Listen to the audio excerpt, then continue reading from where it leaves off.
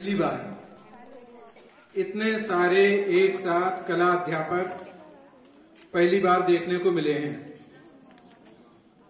सबके सब अब यहाँ पे आलू भुइया सब खा लिया हमने, सब चीज मिल गई हमको। बुंदेलखंड के पानी में भी अब बार बार भाई साहब कह रहे थे कि माध्यमिक से कोई टीचर आए, तो हमें ऐसा लगा कि आप लोगों से कुछ चर्चा करनी चाहिए। और हमें लगता है शायद आधे लोग तो हमसे परिचित हैं ही, जो नए नए लोग हैं वो हमसे शायद परिचित नहीं है। हम वसंत शावरीकर बड़ा गांव इंटर कॉलेज बड़ा गांव में ड्राइंग टीचर हैं, और साथ में आप लोग ये भी जानते हैं कि हम लोगों को भविष्य बताने का भी काम करते हैं, मार्गदर्शन का काम करते हैं, एस्ट्रोलॉजर भी हैं। तो पहले कला की बात आपसे करेंगे कि देखो आज एक प्लेटफॉर्म आपको मिला हुआ है, और प्लेटफॉर्म का उपयोग करना, मतलब वैसे तो सभी लोग चित्र बनाते हैं, लेकिन यहां तक शायद न लाए होंगे कि हमारे चित्र का साइज बड़ा है, कैसे लेके आए। लेकिन अगर मौका मिले तो भाई आगे जहां भी मौका मिले तो करते रहो, क्योंकि हम जो भविष्य बताते हैं ना, तो भविष्य का जो मूल आधार है वो कर्म है। क्योंकि भाग्य किसी का भी बनता है तो कर्मों के आधार पे ही बनता है, लेकिन अंतर इतना होता है कि दिशाओं का चयन, हम कहां जाना चाह रहे हैं, उसके लिए जो ज्योतिषी होते हैं वो मार्गदर्शक की भूमिका में रहते हैं। कोई अगर कहे कि नहीं आप ऐसा करो तो ऐसा हो जाएगा, हो भी जाता है, लेकिन दिशा सही होनी चाहिए। भाग्य कर्मों से बनता है, लेकिन कर्म सही दिशा में होने चाहिए।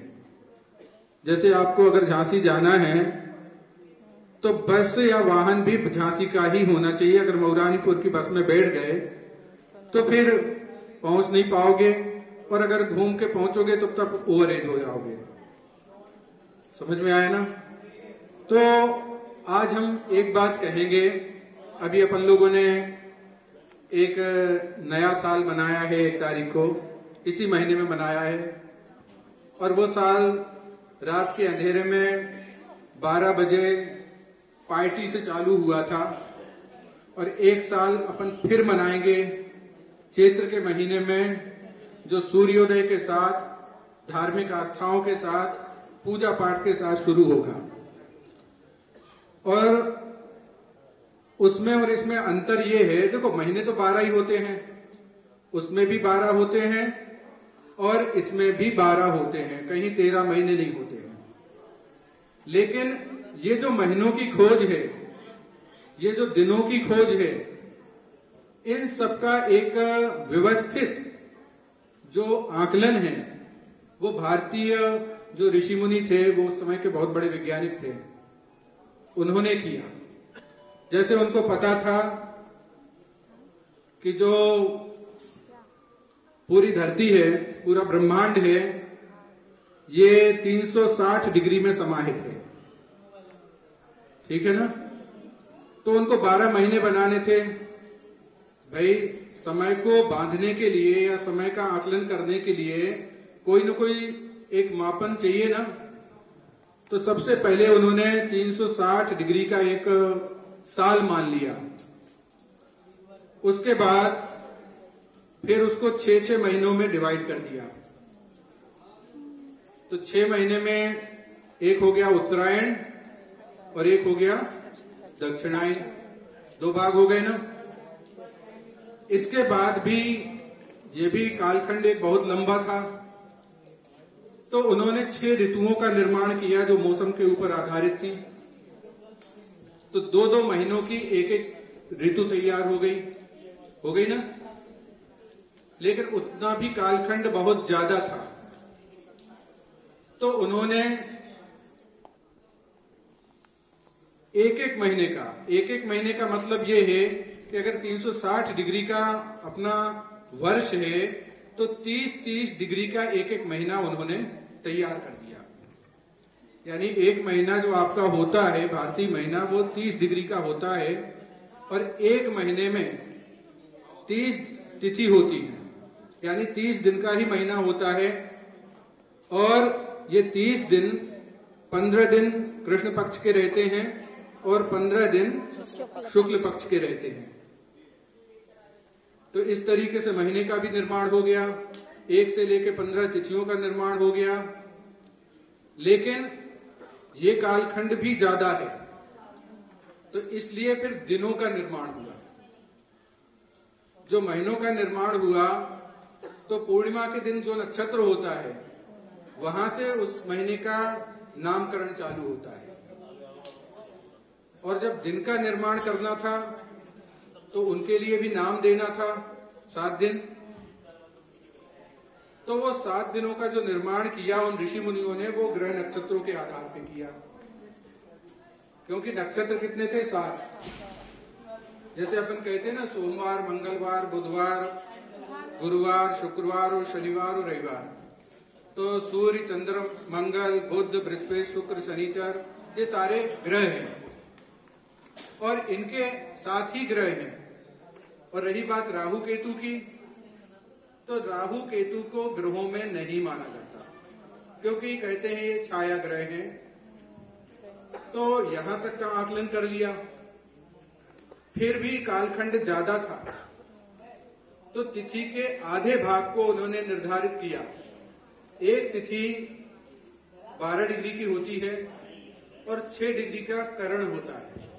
आपने पंचांग अगर कभी देखा हो तो उसमें तिथि, वार, नक्षत्र, योग और करण रहते हैं। तो जो करण होता है वो तिथि का आधा भाग होता है।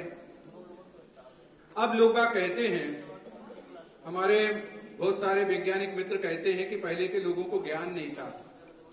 अगर उनको ज्ञान नहीं होता तो दिनों का निर्धारण वो नक्षत्रों के आधार पे कैसे कर देते। आज कुछ सालों से मान लो विज्ञान ये देखता है कि ये सूर्य ग्रह है, चंद्र ग्रह है, लेकिन ये तो केवल नाम से, जैसे अभी पता लगा कि भाई चंद्रमा पे यान गया, पता लगा शीतल ग्रह है। हमारे यहाँ हजारों सालों से ये ऋषि मुनियों ने खोज के रखा है कि चंद्रमा शीतल ग्रह है और ठंडा ग्रह है। और चंद्रमा काय का कारक है? मन मस्तिष्क का कारक ग्रह है। चंद्रमा माता का कारक ग्रह है। तो हम आज जो कहने वाले थे, असली बात पे आए, हम भूल जाएंगे। हमारा कहने का मतलब ये है कि आप लोग अब जो नया साल आने वाला है, इस साल में घर पे पंचांग जरूर रखो। एक एक पंचांग सबके घर पे होना चाहिए, वो किसी भी कंपनी का हो, लेकिन उससे आपको तिथि, वार, नक्षत्र, योग, करण के अलावा आप किस संवत्सर में जी रहे हैं। जैसे होता क्या है, हम कहते हैं सन, कोई भी कह देगा सन 2024, बट विक्रम संवत 2080 बहुत से लोगों को पता नहीं होगा। फिर महीना कौन सा चल रहा है ये पता नहीं रहता है।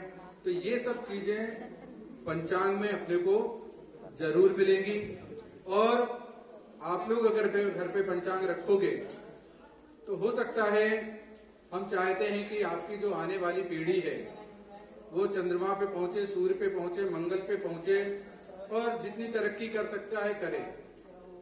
लेकिन उसको अपनी जड़ें पता होनी चाहिए कि हमारा जो मूल सिद्धांत है, हमने जो स्टार्टिंग की, ऊपर तो हमने आज कैलकुलेटर से बहुत सारी चीजें पढ़ ली, लेकिन वैदिक गणित के बारे में हमने कुछ भी नहीं पढ़ा।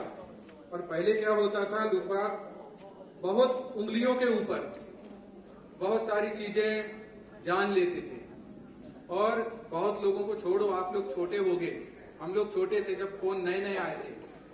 हमें अभी भी याद है कि लोग नंबर बताते थे और 1-2 बार में वो नंबर याद हो जाता था। और आज कंडीशन ये है कि अपना ही मोबाइल नंबर जो है वो याद नहीं होता है, वो देखना पड़ता है। समझ में आया ना? तो भाई यहाँ पे भविष्य की बातें तो हम नहीं कहेंगे कि भाई किसका भविष्य क्या है, बताने के लिए तो हम सार्वजनिक उसमें बता सकते हैं, लेकिन पूछने वाले को डर लगता है, पूछने वाले को डर लगता है, क्योंकि एक फैशन बन गई है कि लोग बाग बंद कमरे में चर्चा करते हैं, जबकि हमारी आदत रही है कि हमने हमेशा खुले में ही हम चर्चा करते हैं। तो वो बातें तो नहीं करेंगे, लेकिन हाँ इतना जरूर है कि ये कला के समागम में जो दूसरा शब्द लिखा हुआ है संस्कृति, तो अपन अपनी मूल संस्कृति से भी जुड़े रहें। और संस्कृत में जैसे अपन कहें कि कला शब्द की उत्पत्ति कल धातु से हुई है, तो वो कल धातु कहाँ से आई? वो कहीं से भी आई हो, लेकिन ये जो पंचांग हम जो कह रहे हैं ये छोटी मोटी चीज नहीं है। पंचांग में आपको ऋतुओं की जानकारी मिलेगी, पंचांग में आपको संवत्सर के बारे में जानकारी मिलेगी।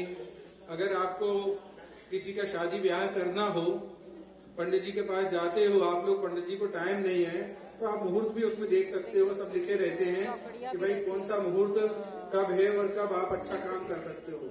क्योंकि समय जो वो मुहूर्त होते हैं ना, कालखंड का निर्धारण के लिए जो मुहूर्त है, क्योंकि अच्छे समय के ऊपर किया गया कार्य हमेशा ही अच्छा होता है। कई बार आप लोगों ने देखा होगा कि हम लोग काम करते हैं, घर से निकलते हैं, डाइट आना है, घर से निकले, टैक्सी मिल गई, बस स्टैंड पहुंचे, बस लगी मिल गई, अच्छा समय था। और कई बार क्या होता है कि घर से निकले तो वाहन नहीं मिल रहा है, पता लगा मोटरसाइकिल से आ रहे हैं, पंचर हो गई है, सुधरवाने के लिए जा रहे हैं, तो पंचर वाला कह रहा है कि बैठो अभी तो टाइम नहीं है। तो इसलिए हमारा अनुग्रह है आप सबसे, आप सब लोग ड्राइंग के टीचर हो, कलाकार हो, और पंचांग जरूर रखो आप। मतलब कुछ भी पढ़ो आप लोग, गणित, विज्ञान, अंग्रेजी, जो भी पढ़ना वो पढ़ो, लेकिन साथ में कुछ होना चाहिए। क्योंकि अपनी जो भाषा है संस्कृत मूल भाषा, उसमें अपन जो लिखते हैं, जो पढ़ते हैं, जो सुनते हैं, वो सब के लिए अलग अलग शब्द रहते हैं, है ना? और दूसरी भाषाओं में शायद इतने शब्द न हो। और हमें किसी ने बताया था, पता नहीं कितना सही है, क्योंकि समाज के हर वर्ग से हमारा मिलना जुलना रहता है। उन्होंने कहा था कि आने वाली जो पीढ़ी है वो संस्कृत की है, क्योंकि आने वाले जो कंप्यूटर बनेंगे, अब जो उनके वर्जन आएंगे, उनके लिए इतने शब्दों की आवश्यकता पड़ेगी कि वो संस्कृत के अलावा कहीं नहीं मिलेंगे आपको। तो अंत में हम यही कहेंगे कि आप सब लोग कलाकार हैं, और कलाकार बनो आप लोग अपने को रोको मत, चलते रहो। आप सब लोग सर्विस में आ गए हो, सेवाओं में आ गए हो, और सेवाओं में आने के बाद जो कलम है आपके पास या जो कूची है आपके पास, उसको रोको मत, चलने दो। और अगर लगातार वो चलती रही, तो कल ये सर आए थे, उन्होंने भी यही कहा था कि देखो भगवान ने बूंद दी है हमको, लेकिन बूंद को समुद्र बनाने का काम आपका है। ऊपर वाला केवल प्रेरणा देता है, करना आपको है। ऊपर वाले का काम क्या है? ऊर्जा देना। जैसे ये सूरज भगवान है, आपको ऊर्जा दे रहे हैं, धूप दे रहे हैं, बिना धूप के जीवन संभव नहीं है। लेकिन वो कहने नहीं आएंगे आपसे कि आप क्या करो। अब उस धूप में भी आप रजाई ओढ़ के एसी में सो जाओ तो वो मना थोड़ी करेंगे। ज्यादा कुछ नहीं कहना आप लोग, बहुत सारी बातें जो कि सर बार बार कह रहे थे, हमारी भी इच्छा हुई, हमने कहा चलो दो शब्द कुछ हम भी बोल दें। लो सर। बहुत बहुत धन्यवाद सर। अगर मैं इतना नहीं बोलता तो